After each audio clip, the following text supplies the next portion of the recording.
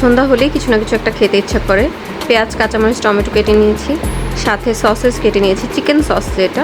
এদিকে আমি পানিতে আপনার বিনস সিদ্ধ করতে দিয়েছি, সাথে নিয়েছি চিকেন ডিলাইট নুডলস এটা আমি দিয়ে দিচ্ছি। সাথে আমার 1 প্যাকেট ম্যাগি নুডলস ছিল, সেটাও দিয়ে দিয়েছি।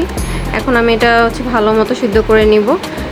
90%-এর মতো সিদ্ধ করব, পুরোটা করব না, 100%। সিদ্ধ হয়ে গেছে। এখন একটা তেলের মধ্যে পেঁয়াজ, কাঁচামরিচ দিয়ে ডিম দিয়ে ভালো মতো করে নেড়ে চেড়ে নিব। তারপর আমি বাকি জিনিসগুলো আস্তে আস্তে এখানে অ্যাড করব। সাথে পরিমাণ মতো লবণ দিয়ে নিয়েছি। সসেসগুলো দিয়ে দিলাম। সসেসগুলো কিছুটা ভেজে নিব, কারণ সসেসগুলো তো একদম কাঁচাই, এটা কিছুটা সিদ্ধ হতে সময় নেবে।